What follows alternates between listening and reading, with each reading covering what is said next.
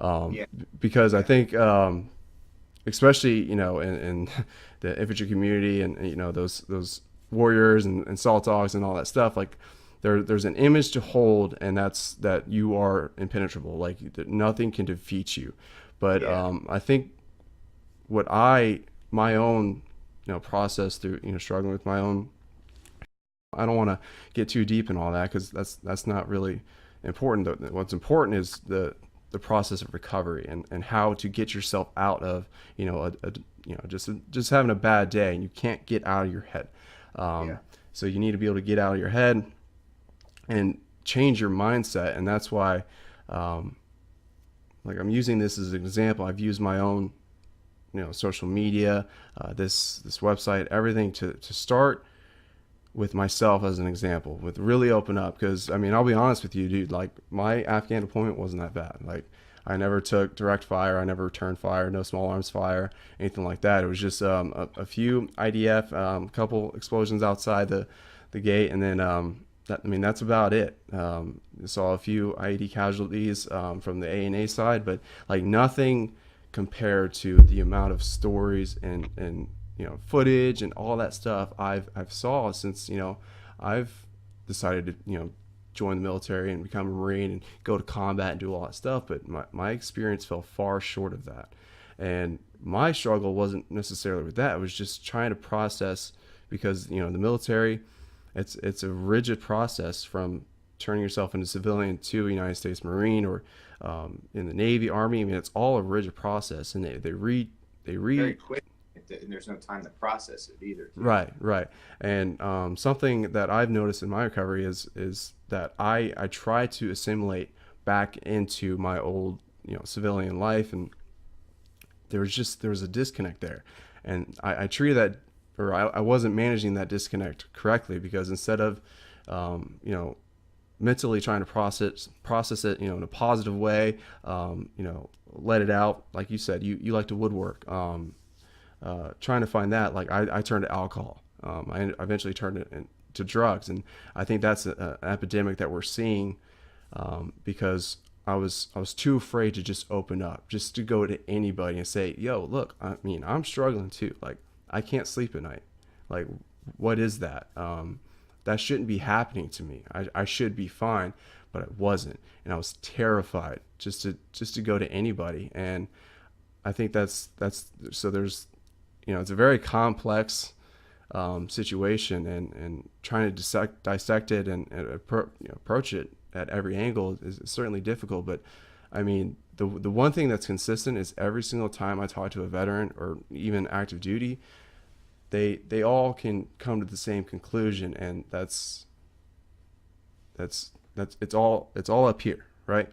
Yeah, And trying to get people, and people in our community. And again, you said the law enforcement, first responder, 100%, like they are absolutely in with this as well. Those guys experience trauma like no other, and just trying to start the conversation, basically, of, yeah, look, I'm struggling, and yeah. I don't think anybody's, like, certainly not for myself, and I might have done a poor job at it, but like, I'm not seeking sympathy, I'm not seeking, like, oh, please take care of me. I'm just seeking, like, what can I do to get better, because I'm not okay right now. I think, there's the other issue, the other problem of it too, with a lot of guys, even gals, is the whole "you don't know what I've seen" sort of thing. Mm-hmm. And I think that if we can get past that, you know, blockade as well, I think that that is something that's hard for a lot of people too. It's just like you don't know. Like I've heard this before many times, and it comes up in conversation when talking to some guys. It's just like you don't know what I've seen. It's like, well, how do you know that I don't know what you've seen, or how do I know that I can't relate to it, or Mm-hmm. how do you know that I can't potentially help you with that, or find someone that can help you with that?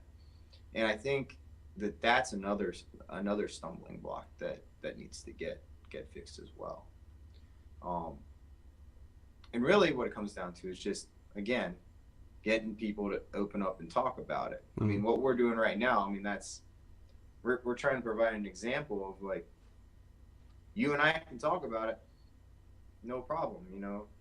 But can other people do that same?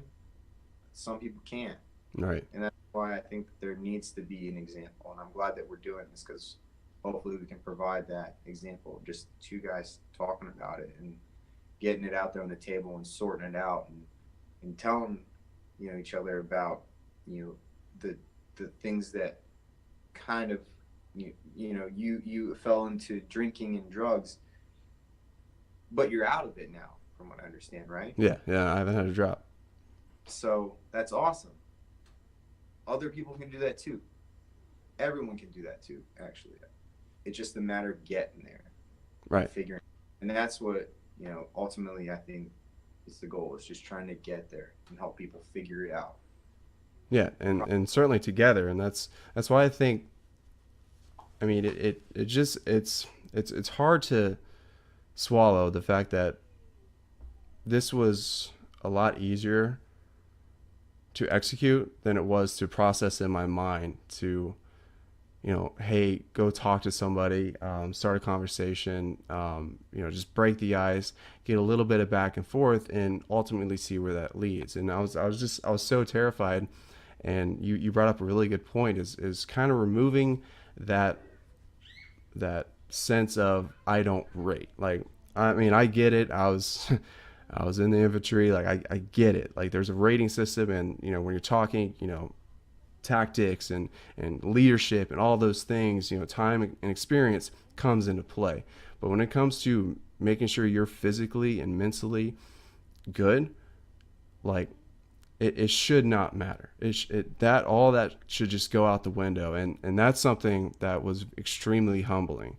And I've had guys who were like, I mean, we all know them, like those really standout guys who were just exceptional leaders, and guys I thought that would never even want to talk to me. Like, they reached out to me and Yeah, said, "Yo, are you good? Like, do you need to talk?" And I was like, "Yeah, man. I was just struggling." And like, "Yo, it's okay.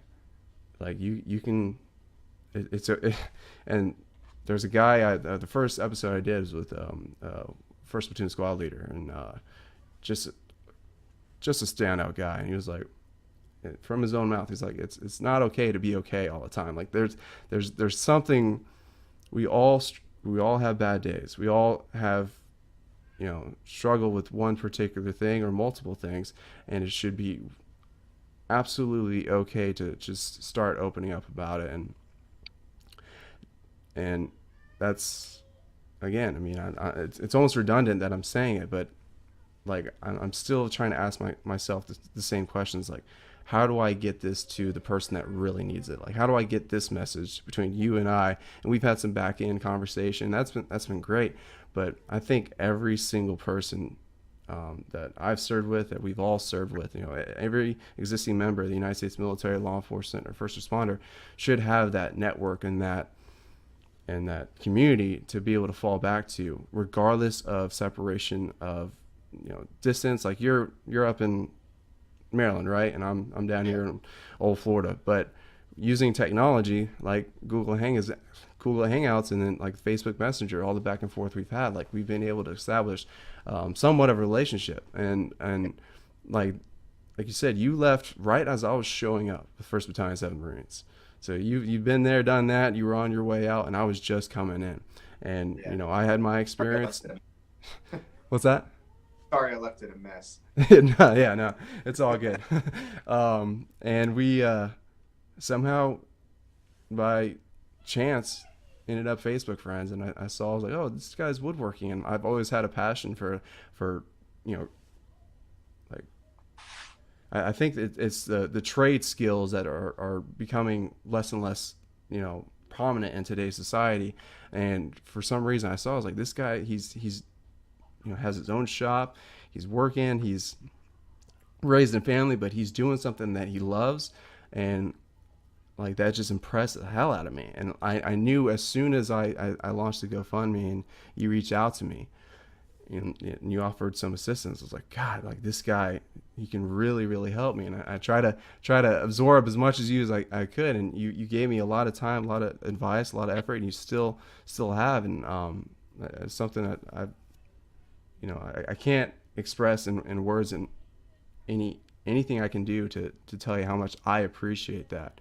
And right now you're here before me, and I'm sure you have a bunch of work orders you got to do, and there's family and everything, and my kid's raising hell right now. But I mean, if anything,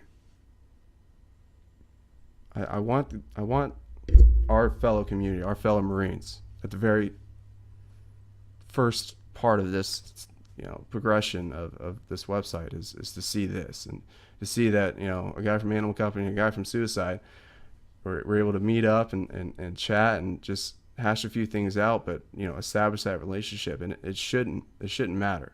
Yeah. Nothing else should matter except the fact that you're a man, a father, a former Marine, and so am I.